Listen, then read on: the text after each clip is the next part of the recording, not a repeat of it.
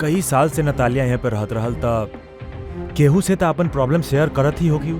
कोनो करीबी कोनो दोस्त। ओकर रूममेट सोफिया बहुत अच्छा दोस्त बानी हो, शायद ओके कुछ पता होगे। आप और कुछ नोटिस कई नहीं पिछला कुछ दिन में?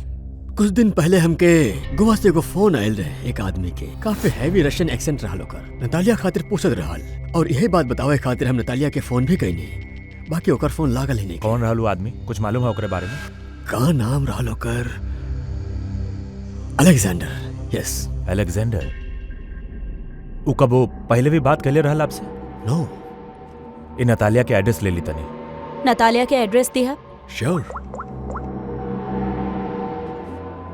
पंकज तनी रशियन एम्बेसी से पता करा कोनो अलेक्जेंडर नाम के आदमी इंडिया आयल का? कहाँ रहेला, कब आयल, ओकर पूरा डिटेल निकाल।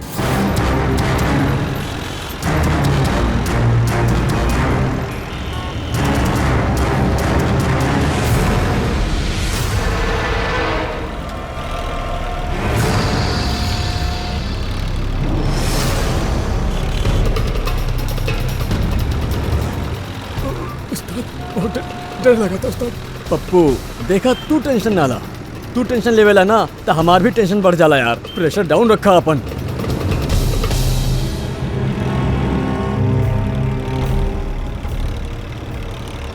पप्पू देखा, जुबान के लगाम दा और चुपचाप बैठल रहा, सही पहुंचल जाए हमने।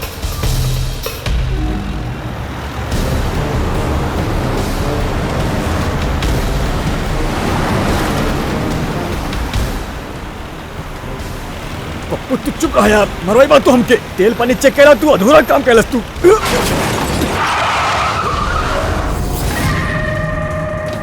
ए!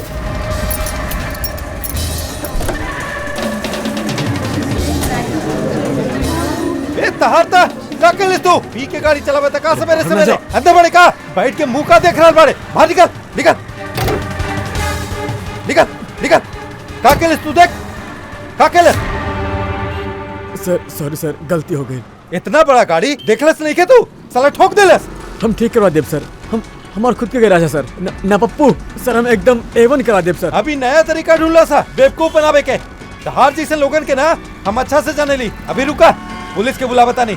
सर पुलिस के चुप चुप करना यार। अरे वैसे भी तू लोग टोइंग वालन के ना बहुत ज्यादा नाटक हो गई हाथ। सर हमारी बात तो सुनी सर। और तू का देख रहा, जाके गाड़ी साइड में लगाओ यार। अच्छा सर। अरे कहाँ रुकी हम? ऐसे करते हैं ना, साइड में बात। अरे कहाँ साइड में आई हम? सर हम कहा था नहीं A1 कह के देव, नंबर 1 सर।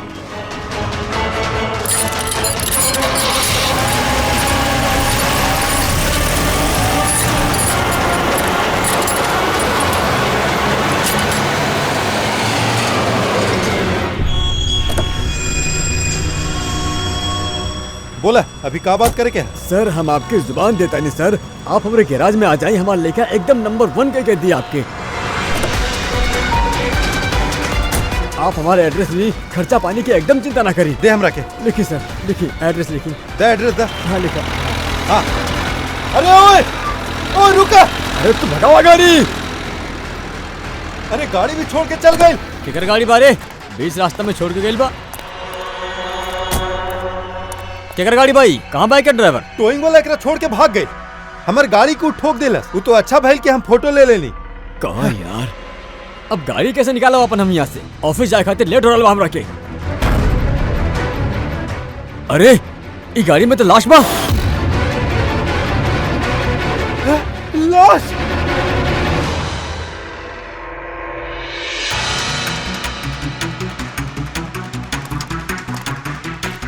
अगर जरूरत पड़ी तो हमने आपके इन्वेस्टिगेशन खातिर फिर से बुलाया। ठीक बा।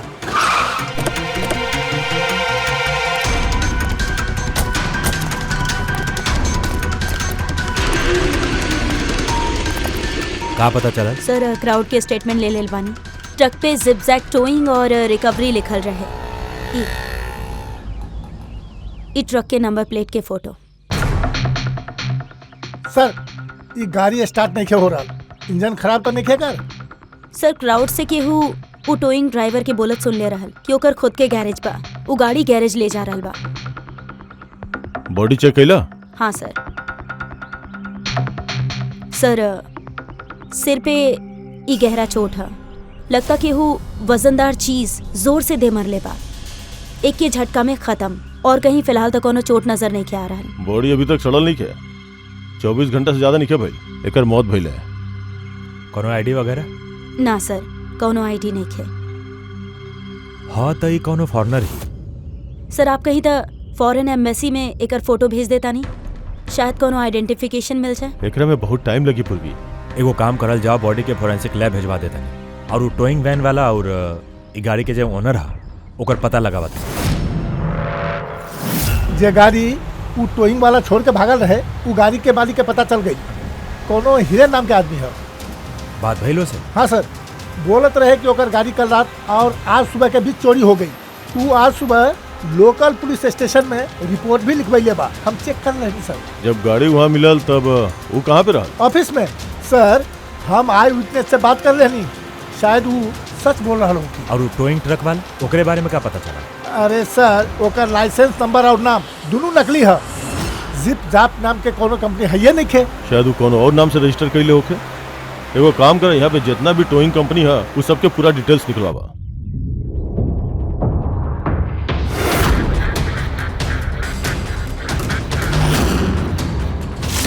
हम लोग सीआईडी से बानी। अच्छा भैल सर, आप लोग आ गए नहीं, हम आपके फोन कर ही वाला रहनी। होगा है सर वो पिछला कुछ दिनों से सर हमने के यहाँ के सब टोइंग वाला बहुत परेशान बाड़े।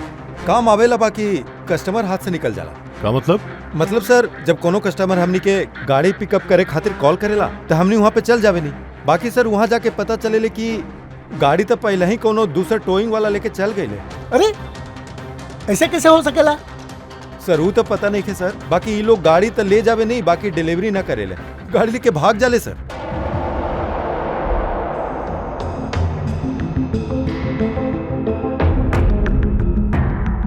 एकर मौत 18 से 24 घंटा के बीच भइल बा।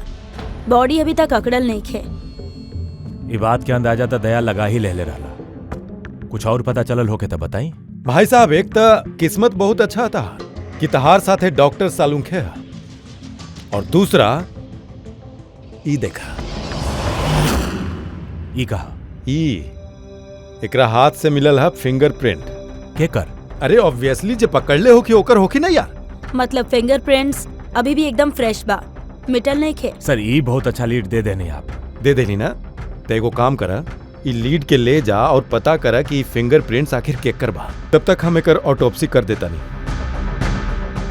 सर हम ही फिंगरप्रिंट्स अपन क्रिमिनल डेटाबेस में चेक करके देखा था नहीं। सर। हाँ पूर्वी। सर फिंगरप्रिंट्स के मैच मिल गए बा। मुकुंद हमनी के क्रिमिनल डेटाबेस में ही रहल। अरे ये तो वह आदमी है मुकुंद, गाड़ी चोरावे वाला।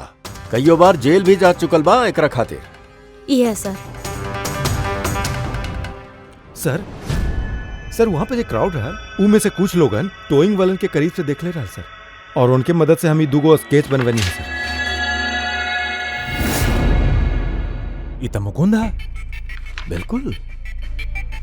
अपन प्रमोशन कर ले लसी, चोर से सीधा मर्डरर।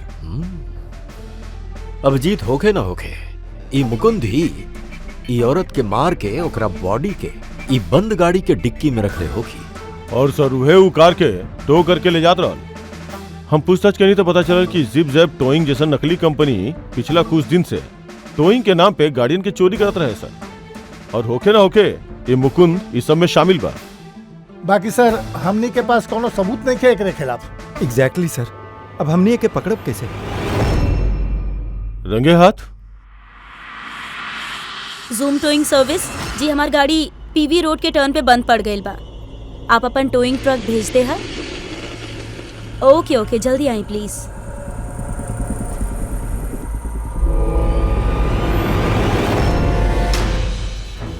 अभी आज इतना बौर कांड कैले बाई मुकुंद, इतना जल्दी दोबारा आई कि नहीं के? वह तो पता चलल कि वो कहीं बैठ के आराम कर रहा, और हम लोग यहाँ धूप में बैठल ओकर इंतजार करत तानी। रिलैक्स रेडी, वो आई जरूर। लालच इंसान के आराम करे ना देवेले। अब देखे के ई बा कि पूर्वी के गाड़ी के टो करे खातिर के आवेला, जूम टोइंग सर्विस या मुकुंद।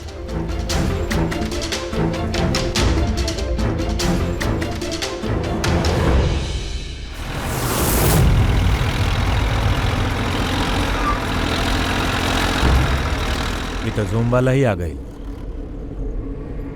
एक्चुअली गाड़ी स्टार्ट हो गई बा, आप जा सके नहीं। Thank you so much.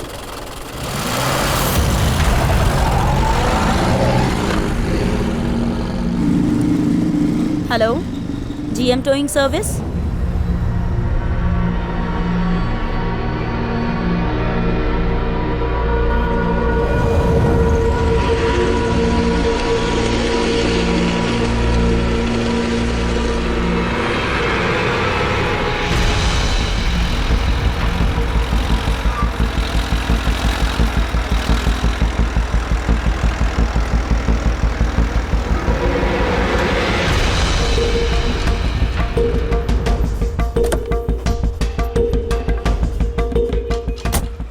Madam जी हम जीएम टोइंग सर्विस में फोन कैले रहनी। ई तो स्पीड बा। मैडम वो अपन है, इहो अपन ही है। जी हाँ मैडम। मैडम एड्रेस लिख दी जहाँ गाड़ी डिलीवर करे के बाद। तू एड्रेस लिखवा ला, हम गाड़ी लगाओ। ठीक बा। पूर्वी कॉल कर रहे जीएम टोइंग सर्विस के और आई ली पीट टोइंग ट्रक। ये मुकुंद दिख नहीं के रहा। मैडम आप ऑटो से फॉलो करी, हमने गाड़ी लेके आगे चलता नहीं। ऑटो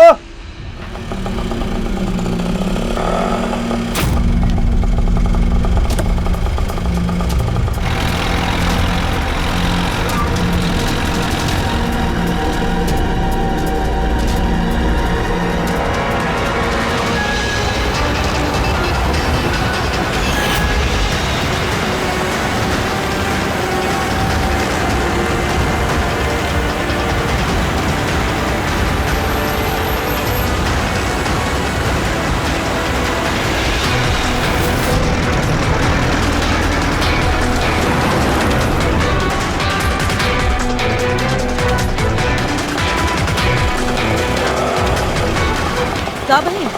पता ना मैडम ये गाड़ी कैसे बंद हो गई। कितना टाइम लगी? अब पता ना मैडम, हम इंजन चेक करके बता।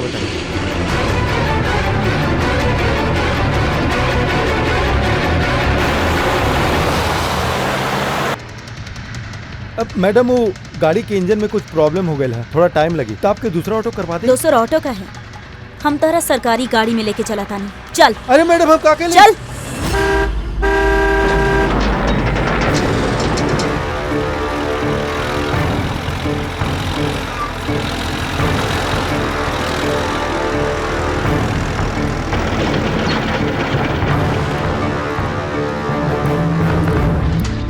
ले नी उस्ताद। अरे वाह मास्टर, गाड़ी तो बहुत बढ़िया बा। गाड़ी लावे में कोनो दिक्कत ना भइल? अरे हमरा रहते दिक्कत का हो सकेले उस्ताद। हाँ बहुत हाई फाई लेके रहे, जबरदस्त। अच्छा अपन वक्त पे आगे ऑटो वाला भी ओके लेके निकल गई, हमने भी क्लियर आ गई नहीं बाना। और न तक आ भाई। आपके मैडम जी यहाँ के एड्रेस दिले रहनी। एड्रेस आप लोग के बारे? सीआईडी। चला अब तू सबके तोहार असली जगह पे ले चलता नहीं। चल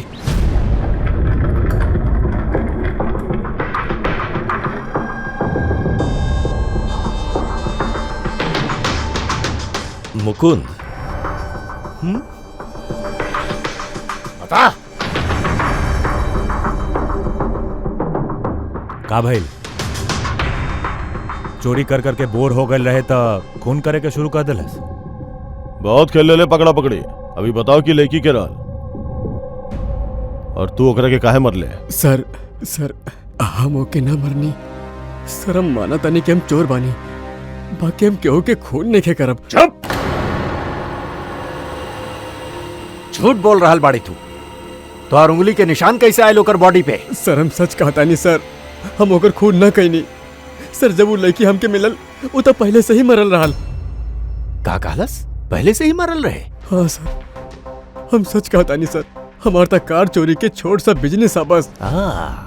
छोटा सा बिजनेस आ, ओकर हिसाब किताब हमनी बाद में कर ले। हमार मतलब हाँ, आसपास जितना भी टोइंग वाला बाड़े ना, हम उनकर फोन नंबर टेप कैले बानी और जैसे ही उनके कोनो कस्टमर के फोन आवेला हमके पता चल जाला।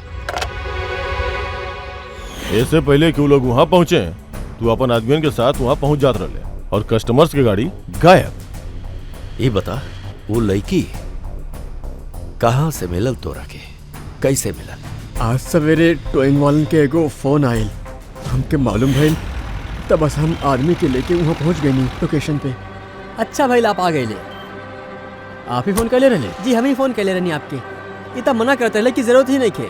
हम कहनी भाई काहे जरूरत नहीं खे, अब गाड़ी बंद पड़ गई, तक सर पे उठा के लेके जाए। भाई साहब बेचारा की गाड़ी रोड पर रुक गई। हमने तो बहुत ट्राई करनी धक्का मार के स्टार्ट करे के, बाकी स्टार्ट ही ना भइल। आप बात कर ली कि टोके के कहाँ छोड़े के। हाँ साहब गाड़ी कहाँ डिलीवरी करावे के? हाँ आप अपन एड्रेस लिख दी, हम लोग छुड़वा दे। सर एगो बहुत ही अजीब सा एड्रेस वो लिख के दे ले रहा, शहर से दूर कहीं कोना में। हम पूछनी ना कहा कि हमके लागल हमके वैसे भी कौन सा वहाँ गाड़ी लेके जाए के। हाँ रिक्शा साहब हम लोग आपके गाड़ी लेके आगे चलाता नहीं, आप ऑटो में बैठ के पीछे से आई। रिक्शा वाला हमने के ही आदमी रहा, ओके मालूम रहे कि कहाँ करे कि हाँ कस्टमर के रिक्शा में लेके बैठे तक और सुनसान जगह पे ले जाके पहुँचा देवे कि हाँ, और रिक्शा रोक देवे कि हाँ। अगर कुछ पूछे तो बोले कि हाँ कि रिक्शा में कोनो प्रॉब्लम हाँ, और जब तक हमने गाड़ी लेके दूर ना पहुँच जाए तब तक रिक्शा स्टार्ट ना करी हाँ, ताकि कस्टमर हमने के पकड़ ना पाए। और फिर जैसे ही हमने गैरेज पहुँचनी,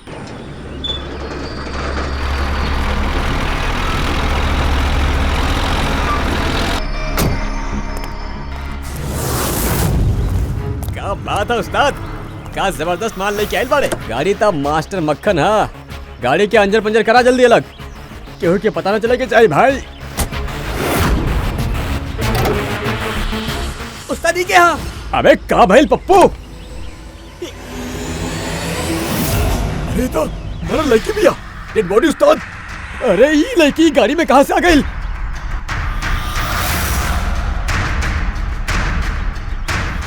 वाह रे वाह, वो आदमी के हुलिया जाना तड़ा, गाड़ी वाला के। सर ओकर स्केच बनवावा हमनी खाते।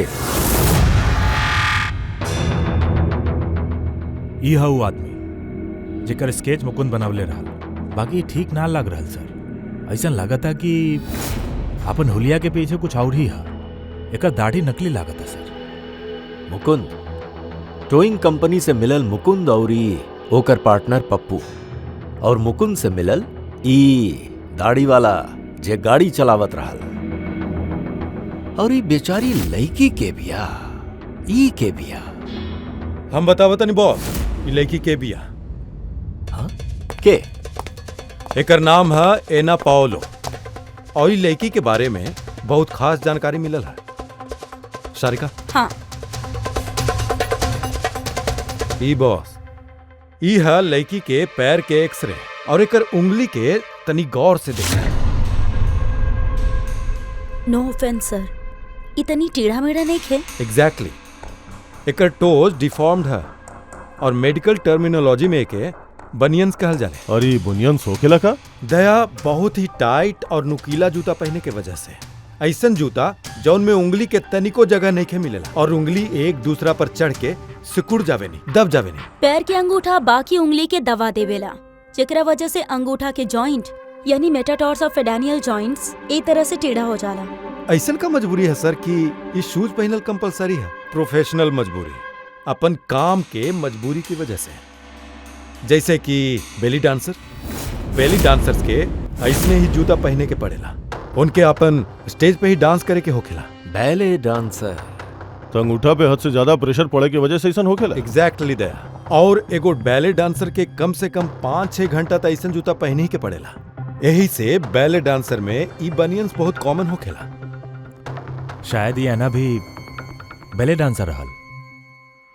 अच्छा, एटॉप्सी में और का मिला? चिक इम्प्लांट्स। अभी नया का है? कॉस्मेटिक सर्जरी के एगो हिस्सा होखेला, ज्यादातर सेलिब्रिटीज इस्तेमाल करेले। अगर केहू के अपन कोनो बॉडी पार्ट के इनहांस करे के होखेला, थोड़ा बड़ या प्रोमिनेंट दिखावे के होखेला अच्छा दिखे खातिर, तो ऊ हिस्सा में ऐसे इम्प्लांट डालेले। कुछ भी, जैसे चीक्स, चिन, हिप, कोनो भी पार्ट। मतलब वो अपन गालन में इम्प्लांट कैले रहल। हाँ फ्रेडी, और यही इम्प्लांट की वजह से हमके ई लड़की के जानकारी मिलल। बॉस, हर इम्प्लांट में एगो खास सीरियल नंबर होखेला, और जब हम ई लड़की के इम्प्लांट के सीरियल नंबर पता कैनी और जानकारी कैनी तो एकर नंबर मिलल जाके रसिया में, मॉस्को में। वहां पर एगो प्लास्टिक सर्जन खुदे शोप से ये अपन इम्प्लांट करैले रहल। वो हमके कुछ और भी जानकारी देले।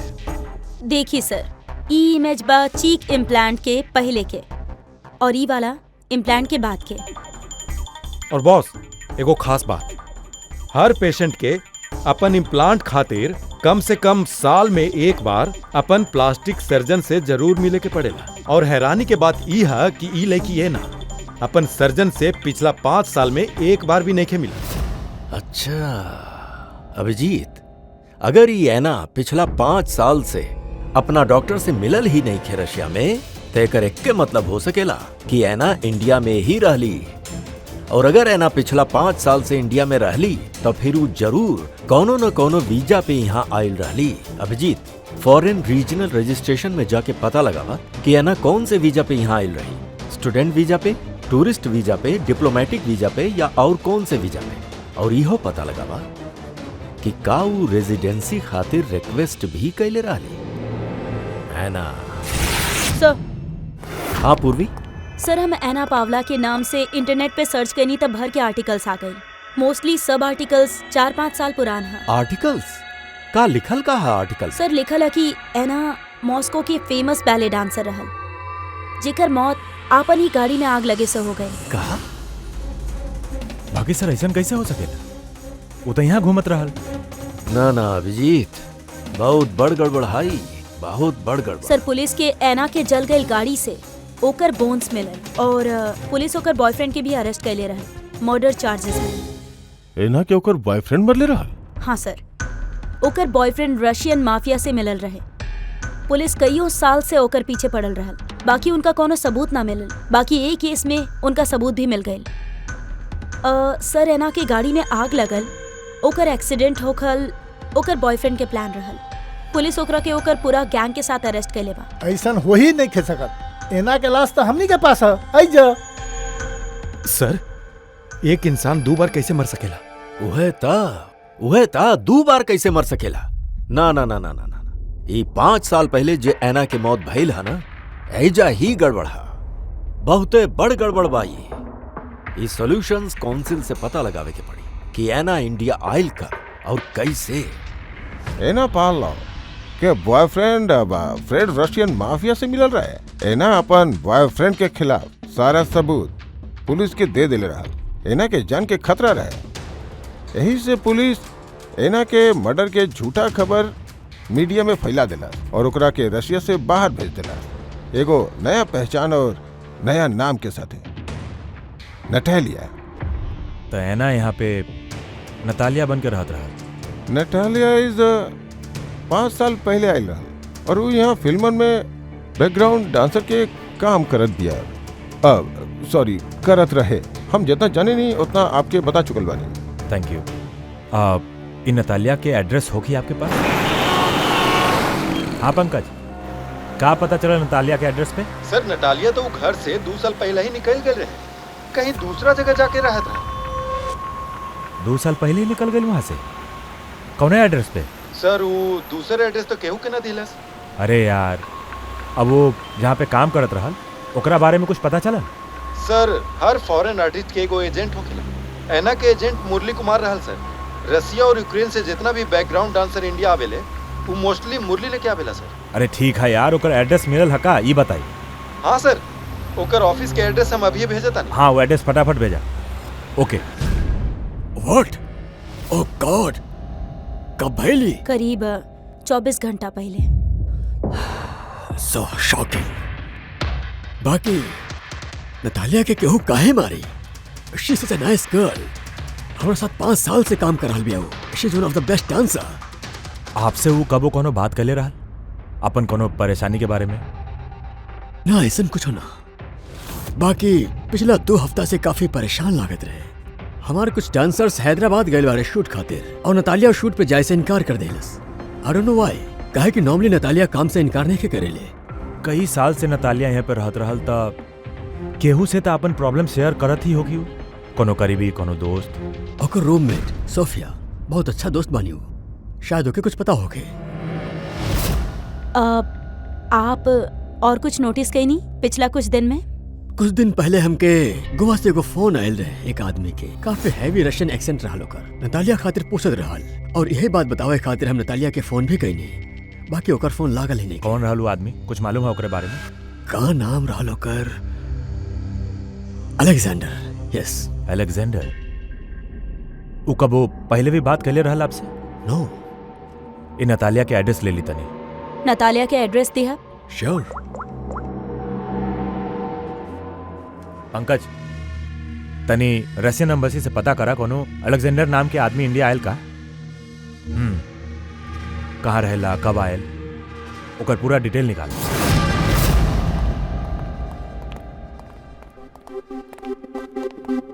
सरी। इतना सारा न्यूज़पेपर? लागत काफी दिन से घर पे केहू नहीं के रहल।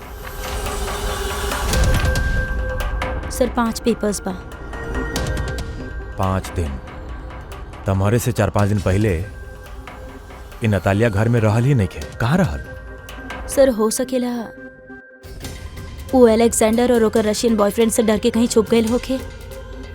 देखा तनी।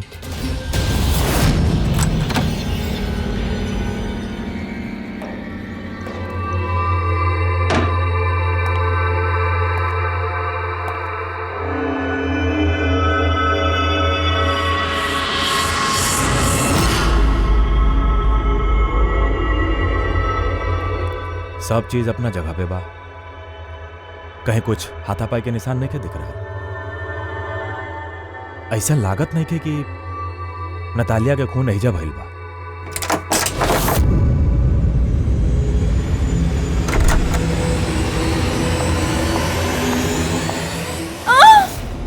Oh my God! Calm down, calm down.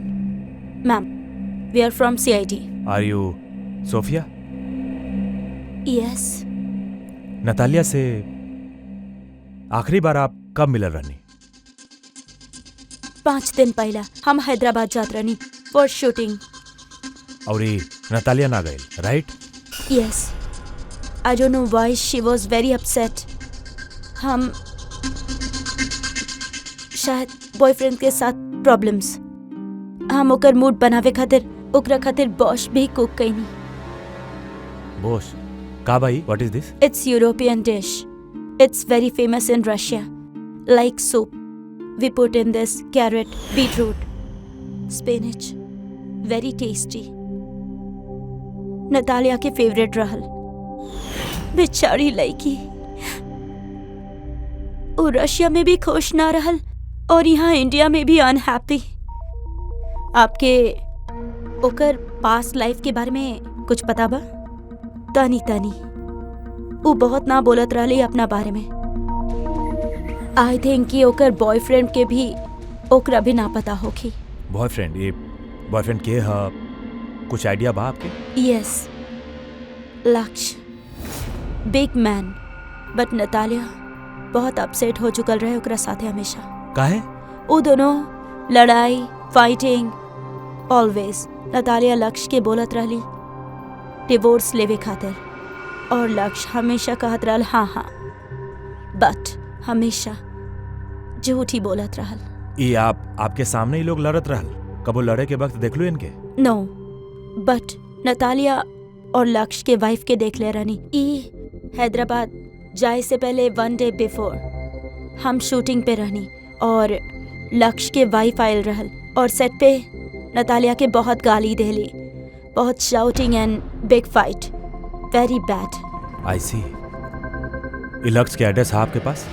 Natalia के साथ अफेयर के कितना टाइम हो गए? सर करीब 1 साल हो गई और सर हम दोनों डाइवोर्स भी ले रहल बानी। रिसेंटली हमें एगो दूसर बंगला भी खरीदनी है। हाँ, देखा था नहीं कितना दिन रह पाइबा वो 2 टके की डांसर के साथ। 6 दिन पहले आपके नतालिया से कुछ झगड़ा भइल रहे? जी भइल रहे। और वो टाइम हमके बुरा भी लागत रहे कि हमके उसे झगड़ा ना करे के चाहत रहे। हम अच्छा ना कहनी, बाकी हम बहुते अच्छा कहनी ओकर बेइज्जती करके। जे औरत हमार जिंदगी बर्बाद करी, हम ओकर जिंदगी ना बर्बाद करब का? तो क्या और का होवेला दूसरा के लाइफ बर्बाद करे के अलावा? एक मिनट। कल रात नतालिया के खून हो गई, समझला? आखिरी बार कब बात भइल रहे उसे? सर वो दिन झगड़ा के बाद हमार फोन नहीं उठा रहा सर। कल रात कहाँ रहला तू? सर हम अपन नया बंगला पे रहनी। केहू साथ में रहल? कोनो आई विटनेस? नहीं के सर, हम अकेले रहनी। और आप? हम तो घर पे ही रहनी अकेले। हाँ पंकज, अलेक्जेंडर मुंबई आ रहा? कितना बजे?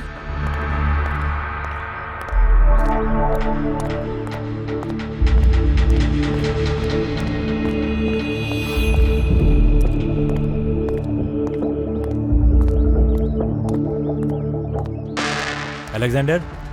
Yes. CID. Okay. How do you know Natalia? Why are you looking for her? You work for Russian mafia? Why did you kill her? What? And a mortgage? Hindi बोलस? Very sad. I'm a police officer. Russian Police Department. This is my ID. अलग अलग language में learn करल, वो में बात करल. That's part of my job. But, एना कैसे और कब? 24 घंटा पहले एना के कोनो रशियन बॉयफ्रेंड रहा? कुछ जाने ले ओकरा बारे में आप? Yes. एना के केस हम ही हैंडल करत रहनी. एना के नटालिया नाम हम ही डेले रहनी. अगर सेफ्टी खातिर कंटिन्यूज ओकरे साथ रहनी. आई सी. आपके हमनी के साथ ब्यूरो चले के पड़ी. एना पावलोव 6 दिन पहला लक्ष्य के बीवी के संगे होकर झगड़ा भइल. 5 दिन पहले वो सोफिया के साथ कुछ खाना खाइलस और शाम के अलेक्जेंडर से मिली. और फिर 1 दिन पहला होकर मौत हो गई. अब पता लगावे कि ई हा कि बीच के जे 5 दिन हा वो 5 दिन में वो कहाँ रहली. ना ओके केहू देखलस और ना वो केहू से मिलली. सर शायद खुनी ओकरा के किडनैप कर लेले होकी. एना के फोन रिकॉर्ड चेक कैला? हाँ सर. सर 5 दिन पहले ना एना केहू के कॉल कैली ना ओकरा केहू के कॉल आयल. आखिरी लोकेशन भी ट्रेस ना भइल. सर 5 दिन पहले के लोकेशन ओकरा घर के पास टावर के ई बाद. कैसे हो सकेला? केहू से तो मिलल होखी, केहू से तो बात कैले होखी. अरे खाना वाना तो खैले होखी.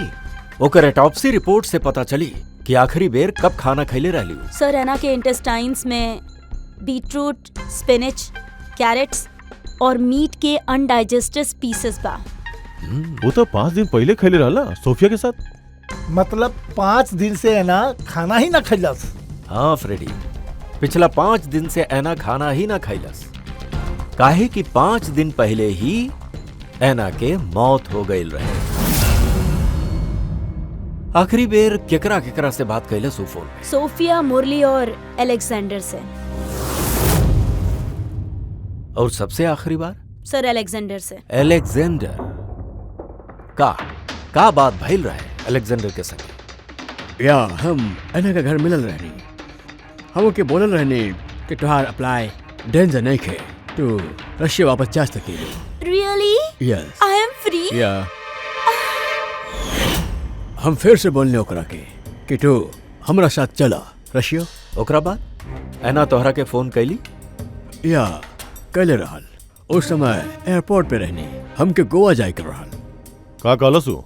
She was happy, something, कोनो गिफ्ट है, I don't know, but कह रहल कि हमके वापस रशिया जाए के है. कैसन की? I don't know. She said I call you, but she did not call me. Sir gift ढूंढने के पड़ी. हाँ अभिजीत, वो गिफ्ट से ही पता चली कि एना के साथ आखिर भइल का रहे.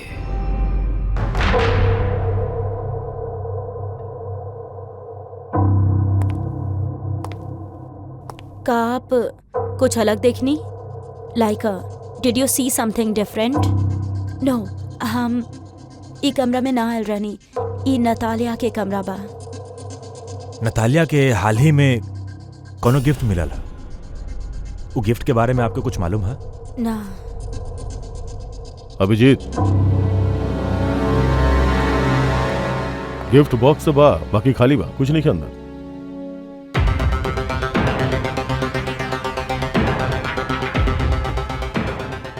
ई गिफ्ट बॉक्स में का आयल रहे? Sir I have no idea. ई कमरा में कुछ ऐसा हा जेके देख के नतालिया के रसिया याद आयल रहे। रशिया। हाँ, एक्चुअली ओकर कुछ फेवरेट मात्रोस्का के स्वीनर्स बा रशिया से, बट ई नहीं खे लग रहा, एके ना देखनी पहले।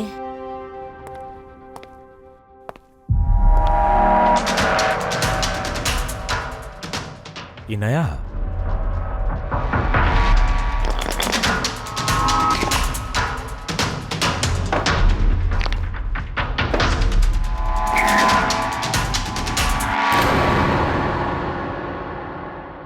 चाबी?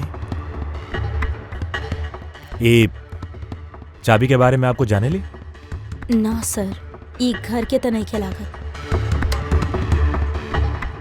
ई टॉय में ही चाबी छिपा के रख ले दिया। कौन चीज के चाबी हो सकेला?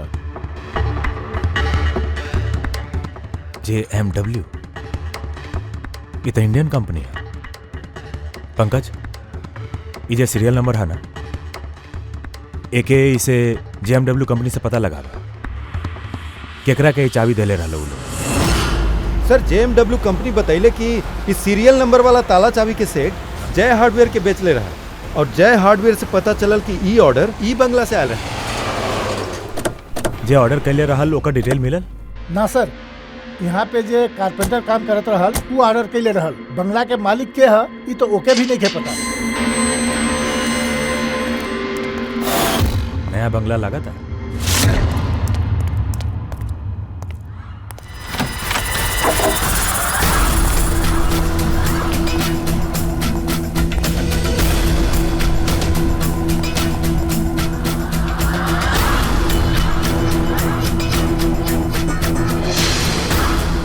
बहुत प्यार से घर बने लेवा। पूरा घर चेक करा, देखा का मिलेला।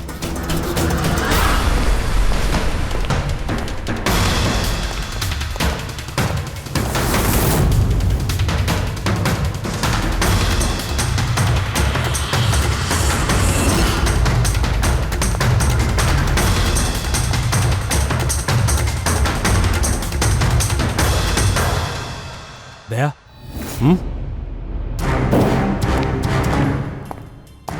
यार यहाँ पे कुछ स्टिकी है।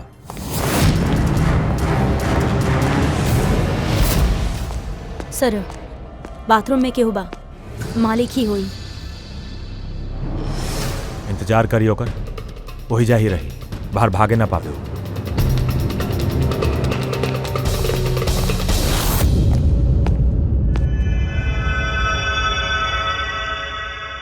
यो भी नान टेस्ट करल जाए।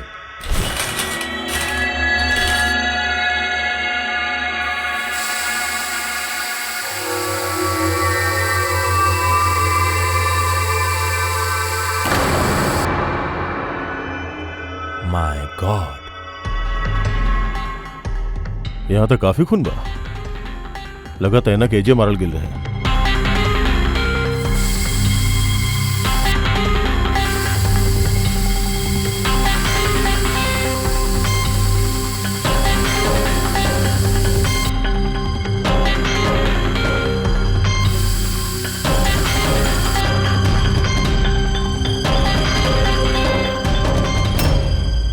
सर, ई ट्रेल तो फ्रिज के तरफ जा रहा है।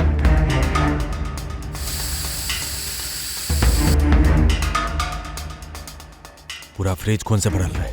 लगा तैना के मारला के बाद बॉडी ठिकाना पे लगावे से पहले यहाँ फ्रिज में ही रख ले रहा। यही सेना के मौत के टाइम हमें ठीक से एनालाइज ना कर पानी। सर, काफी देर से नहा रहा है।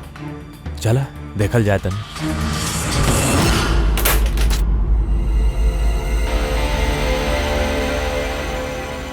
ठीक से नहा लेला, कहीं खून तो ना रह गए।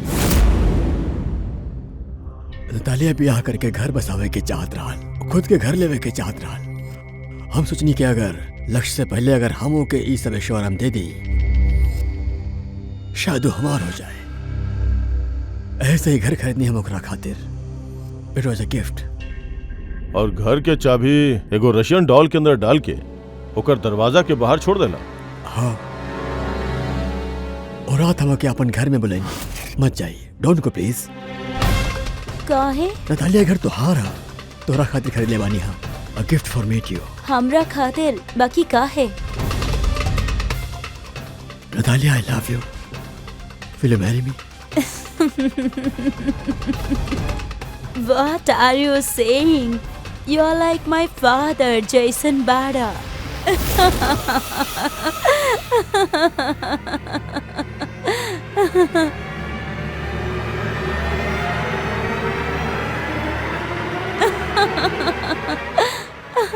Oh my God.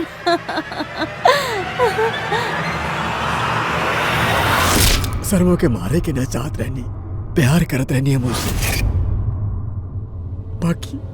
बाकी तो अपन गुस्सा पे कंट्रोल ना कर पाना। सर, हमके समझ में ना आवत रहे कि का करे। सबसे पहले नतालिया के बॉडी के फ्रिज में डाली ताकि आसपास केहू के बदबू ना होवे। फिर 5 दिन बाद आपन शूटिंग वाला कॉस्ट्यूम बॉक्स से नकली दाढ़ी मूछ निकलनी और अपन हुलिया बनली। फिर कोनो लोकल चोर के पैसा देके एगो गाड़ी खुलवाईनी और नतालिया के लाश डिग्गी में डलनी। सोचनी बॉडी शहर से दूर ले जाके कहीं डंप कर दे और केहू के पता भी न चले।